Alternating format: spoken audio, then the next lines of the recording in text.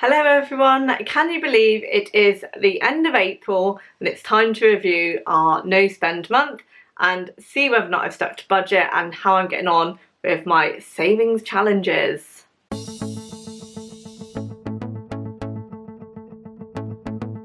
So before we dive in, let's go through the nitty-gritty of the rules of a no spend year. So the idea is that I am trying to stop spending because I'm very good at just kind of swiping the card and just buying random things and not really seeing the benefits of it. I have spent I think this is my third year of a no spend year. The first year was absolutely amazing. I cleared thousands of pounds worth of debt and I barely spent a thing. Second year was more of a low buy year. It just highlighted to me how hard it is to go from a no spend back to normality and thinking that I can just carry on when I don't have that motivation still. Second year in was fatiguing. Now we're in year 3. We are a quarter of the way through the year now. We've done April, we've done 4 months. Oh, we've done a third of the year. Take that back. A third of the year. And it has been more of a low buy so far, but I need to turn this around. Spare money, I have decided, can go towards activities or holidays or saving for stuff rather than buying random things. It is being utilised. I want to save as much money as I can in other areas, so I have got that flexibility with that disposable income. So I'm cutting anything that's unnecessary, that's not needed. I'm trying to be really realistic about what it is I need in my daily life. I do not want to be bringing in clutter into my home. So in that sense, I'm very good at not buying things that I really don't need. What I'm tempted with all the time is wanting to update my wardrobe or do like projects. Like I've just done a garden project, which I'll show you some clips of in a minute, of renovating the top part of my garden. I like having projects, so I think realistically I need to allocate money for projects and then I won't be feeling like I am kind of so restricted. So this is my little project where I have done the top part of the garden. I've levelled it out and I have gravelled it so that it's a usable space, whereas before it was very much a mud bath.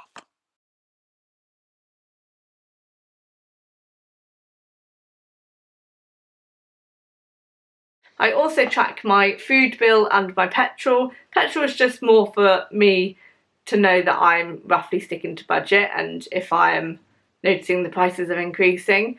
The food one is really helpful for me for making sure that I am meal planning. It's a bit of a motivator. If I meal plan, I keep my costs down. If I don't meal plan, they skyrocket, and that's the difference between meal planning and meal prepping.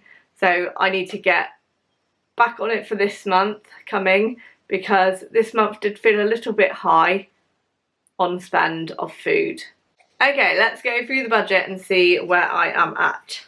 So like I said, I did a garden project and that probably cost me about £250. I'm not gonna lie, it cost a lot of money for the gravel and for topsoil, and I needed to get some like border. So by the time I did that, it did end up costing a little bit, and I did buy a couple of plants just to spruce up the area. So it's a nice gravelled top area because it was either patchy grass or like a mud bath there, and it wasn't a usable space, and I want to use it in the summer because you get the morning sun over in that corner and I really want to utilise it. So the only thing I'm missing now is maybe some sun loungers. My chairs that I've got there now are just not comfortable enough for like reclining or like leaning back and reading a book. They're good for like socialising and chatting, but I want to be able to really relax up there. So I am going to look into a cheap way of buying either second hand or some cheap new sun loungers. So I've looked at my spend for April and I have spent £165.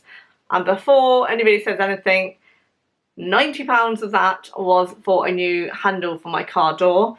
So realistically, I think the rest of my spend has been quite conservative.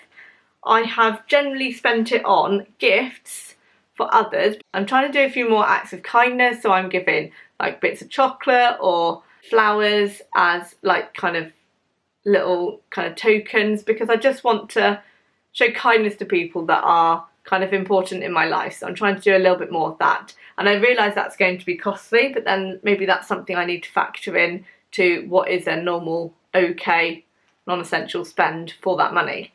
So I think that is a nice thing to do with the money. So I'm not really benefiting from that, it is for others, and I want others to feel appreciated. And I'm doing other things as well, it's not just gifts, but I'm trying to factor in a range of things, so as and when suits. And the other thing I've paid for is food out. I've had out a couple of times, and actually that has been a nice way of socialising. So I've had a couple of meals out and some coffee out. So they've been nice social events. So I feel like I was really good.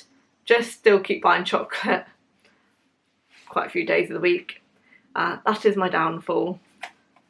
Okay, let's have a look at food. So my normal budget for food is around £70 a week, which equates to £280 within a month. And for one of those weeks I was away on holiday, and so it has meant that I didn't have to have as big of a budget because I spent less, because I was eating on a different budget when I was on holiday.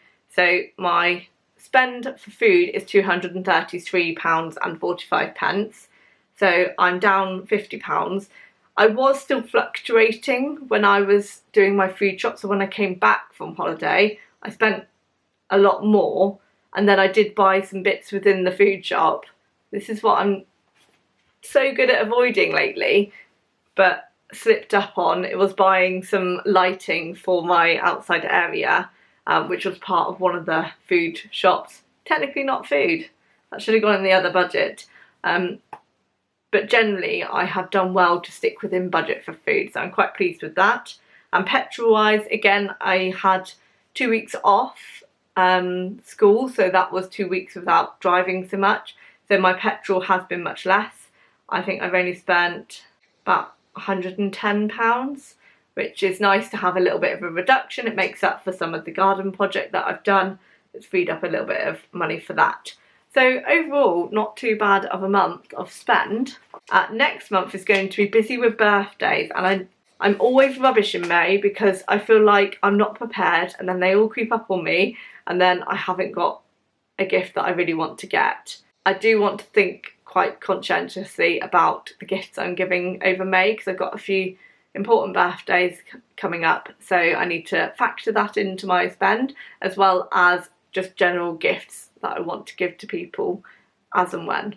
Let me know below in the comments how your no spend month has been going, and if you managed to stick to budget. Let me know if you have any things that you're finding tricky and we can try and work through them together.